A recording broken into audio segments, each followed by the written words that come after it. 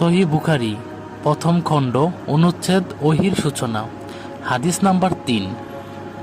ইয়া ইবনু বুকায়র রহমতুল্লাহ আলাইহি আয়েশা রাদিয়াল্লাহু আনহা থেকে বর্ণিত, তিনি বলেন, রাসূলুল্লাহ সাল্লাল্লাহু আলাইহি ওয়াসাল্লামের প্রতি সর্বপ্রথম যে ওহী আসে তা ছিল ঘুমের মধ্যে সত্য স্বপ্ন রূপে।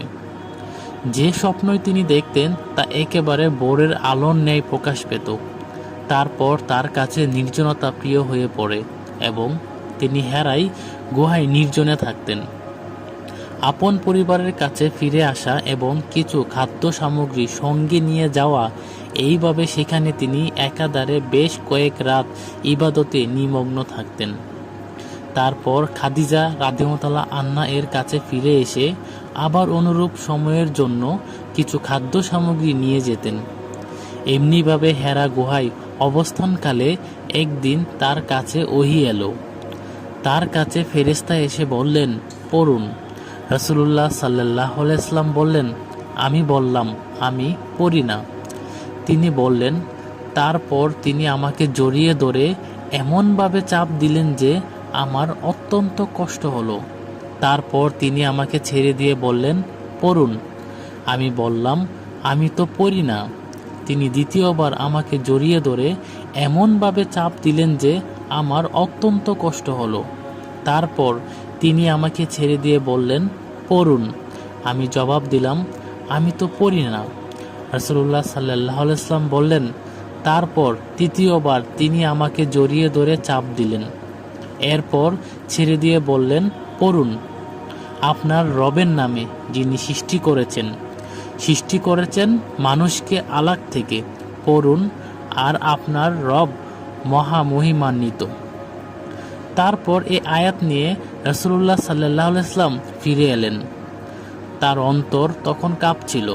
তিনি খাদিজা বিনত ওয়ালিদের কাছে এসে বললেন, আমাকে চাদর দিয়ে ডেকে দাও। তারা তাকে চাদর দিয়ে ডেকে দিলেন। অবশেষে তার ভয় দূর হলো।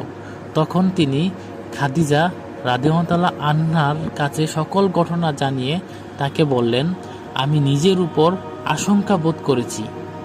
খাদিজা রাদিয়াল্লাহু আনহা বললেন, আল্লাহর কসম, কখনো না। আল্লাহ আপনাকে কখনো অপমানিত করবেন না। আপনি তো আত্মীয় স্বজনের সাথে সৎ ব্যবহার করেন, অসহায় দুর্বলদের দায়িত্ব বহন করেন, নিঃস্বকে সাহায্য করেন, মেহমানের মেহমানদারি করেন এবং দুর্দশাগ্রস্তকে সাহায্য করেন। এরপর তাকে নিয়ে খাদিজা রাদিয়াল্লাহু আনহা তার চাচাতো ভাই ওরাকা ইবনুল নাউফিল ইবনু আব্দুল আসদ ইবনুল আব্দুল উজার কাছে গেলেন, যিনি জাহিলি যুগে ঈসাই ধর্ম গ্রহণ করেছিলেন। তিনি ইব্রানি ভাষা লিখতে জানতেন এবং আল্লাহর তৌফিক অনুযায়ী ইব্রানি ভাষায় ইঞ্জিল থেকে অনুবাদ করতেন। তিনি ছিলেন অত্যন্ত বয়োবৃদ্ধ এবং অন্ধ হয়ে গিয়েছিলেন। খাদিজা রাদিয়াল্লাহু আনহা তাকে বললেন, হে চাচাতো ভাই, আপনার ভাতিজার কথা শুনুন। ওরাকা তাকে জিজ্ঞেস করলেন, ভাতিজা, তুমি কি দেখো? রাসূলুল্লাহ সাল্লাল্লাহু আলাইহি ওয়াসাল্লাম যা দেখেছিলেন সবই খুলে বললেন। তখন ওরাকা তাকে বললেন, ইনি সে দূত যাকে আল্লাহ মূসা আলাইহিস সালামের কাছে পাঠিয়েছিলেন। আফসোস, আমি যদি সেদিন যুবক থাকতাম। আফসোস, আমি যদি সেদিন জীবিত থাকতাম। সেদিন তোমার কওম তোমাকে বের করে দেবে। রাসূলুল্লাহ সাল্লাল্লাহু আলাইহি ওয়াসাল্লাম বললেন, তারা কি আমাকে বের করে দিবে? তিনি বললেন, হ্যাঁ। অতীতে যিনি তোমাদের মতো কিছু নিয়ে এসেছেন তার সঙ্গেই শত্রুতা করা হয়েছে। সেদিন যদি আমি থাকি তবে আমাকে প্রবলভাবে সাহায্য করব।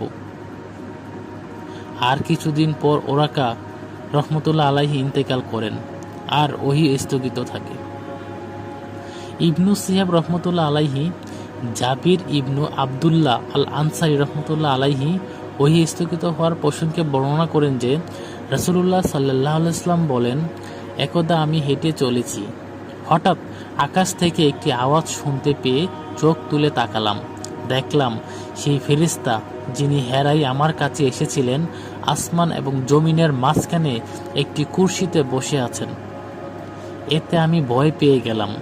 তৎক্ষণাৎ আমি ফিরে এসে বললাম, আমাকে বস্ত্রাবৃত করো, আমাকে বস্ত্রবিত করো।